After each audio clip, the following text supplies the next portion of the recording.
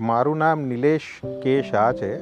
હું જીવનસુધા cooperative housing સોસાયટીનો member છું ને લાસ્ટ 21 વર્ષથી ત્યાં રહું છું. અમે રીડેવલપમેન્ટનો જો પ્રોસેસ ચાલુ કર્યો અને છેલ્લે બધા હર્ડલ્સ આવ્યા પછી મેસેકોનને સિલેક્ટ કર્યા પછી મેસેકોનની જે સ્પીડ અને જે પેપર વર્કથી લઈને કમિટમેન્ટ સુધીની જે સ્પીડ છે એ રિયલી સમજો કે પ્રોફેશનલ પર્સનલ ટચ બધું જ આવી જાય છે એમાં.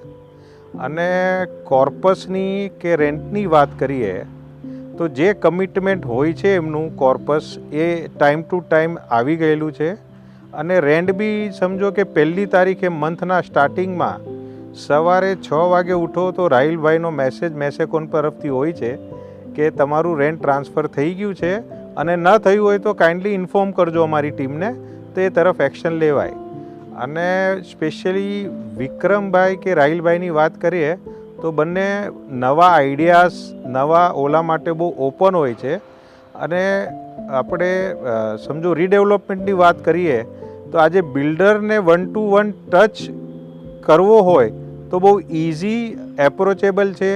તમારા આઈડિયાઝને ક્યારે બી નજરઅંદાજ નથી કરતા, સારા હોય તો એ 1 to 1 ડિસ્કસ બી કરે છે.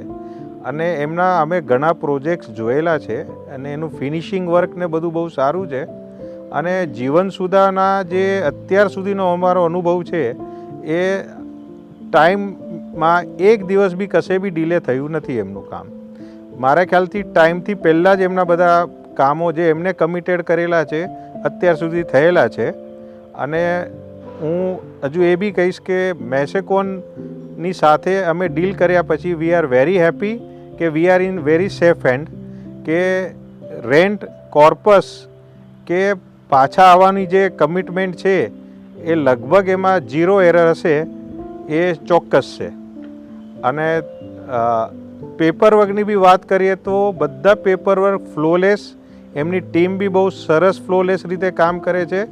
એગ્રીમેન્ટ ગણો, રેન્ટ એગ્રીમેન્ટ ગણો કે કોઈ બી ચીજ ગણો, 100% સેટિસ્ફાઈડ, 10 out of 10.